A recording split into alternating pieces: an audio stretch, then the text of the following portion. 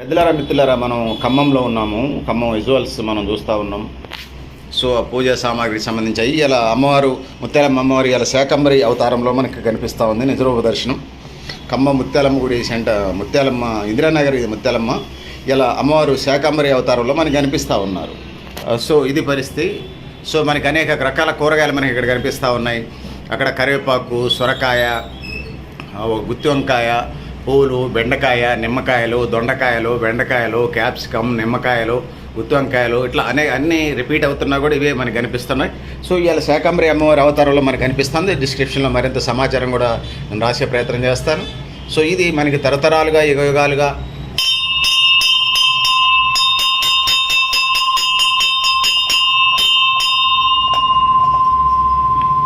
So ఆ విధంగా మనకి పూర్వం మొదటి నుంచి మనకి అండదండలుగా మన గ్రామాలకి మనకి అండదండలుగా ముత్యాలమ్మ, పోలేరమ్మ, మైసమ్మ, అంకాలమ్మ, ఉప్పలమ్మ అనేక రకాలైనటువంటి గ్రామ దేవతలు వివిధ పేర్లతో పిలువబడుతున్నటువంటి గ్రామ దేవతలు మనకి కనిపిస్తూ ఉంటారు.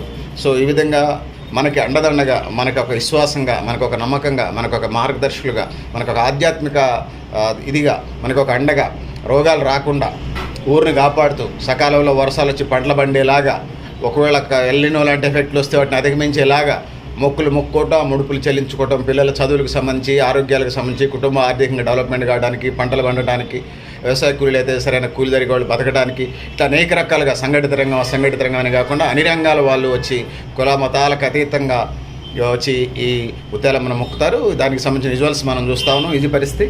సో పెద్దలారా మిత్రులారా, మీరు కూడా మీ అభిప్రాయాలు కామెంట్ బాక్స్లో రాయడం తెలియజేస్తూ నేను గరిడేపల్లి సత్యనారాయణ ఆర్గనైజేషన్.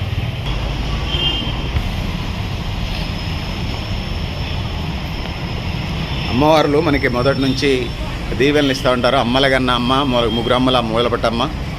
సో మన అమ్మలకే అమ్మ, ముగ్గురు అమ్మల మూలపటమ్మ, ఆది దేవతలు వీళ్ళంతా. సో మనని కాపాడుతూ మనకి దిశ నిర్దేశం చేస్తూ మనం ముందుకు వెళ్తూ ఉన్నాం. సో శాకంబరి అమ్మవారిగా మనకి ఇది దర్శనమిస్తుంది. నేను ఇన్బాక్స్ డిస్క్రిప్షన్లో మరింత సమాచారం కూడా రాస్తాను. సో పెద్దలారా మిత్రులారా, ఇది పరిస్థితి. మీరు కూడా మీ అభిప్రాయాన్ని కామెంట్ బాక్స్ రాయడం తెలియజేస్తూ నేను గరిడేపల్లి సత్యనారాయణ ఆర్గనైజేషన్.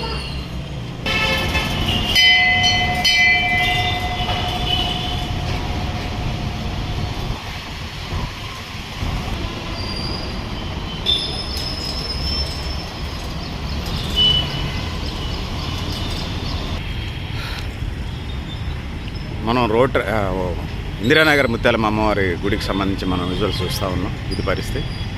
సో ఇప్పుడే స్టార్టింగ్ ఆదివారం కాబట్టి ఉంది. నెక్స్ట్ ఆదివారం నుంచి చివరి ఆదివారం దాకా రాబోయే 3-4 ఆదివారాలు ఇక మామూలు ఉండదు. సో పెద్ద ఎత్తున ఫెస్టివల్ జరుపుతారు. పెద్దలారా మిత్రులారా, మీరు కూడా మీ అభిప్రాయాన్ని కామెంట్ బాక్స్లో రాయండి. థ్యాంక్ యూ అండి పెద్దలారా.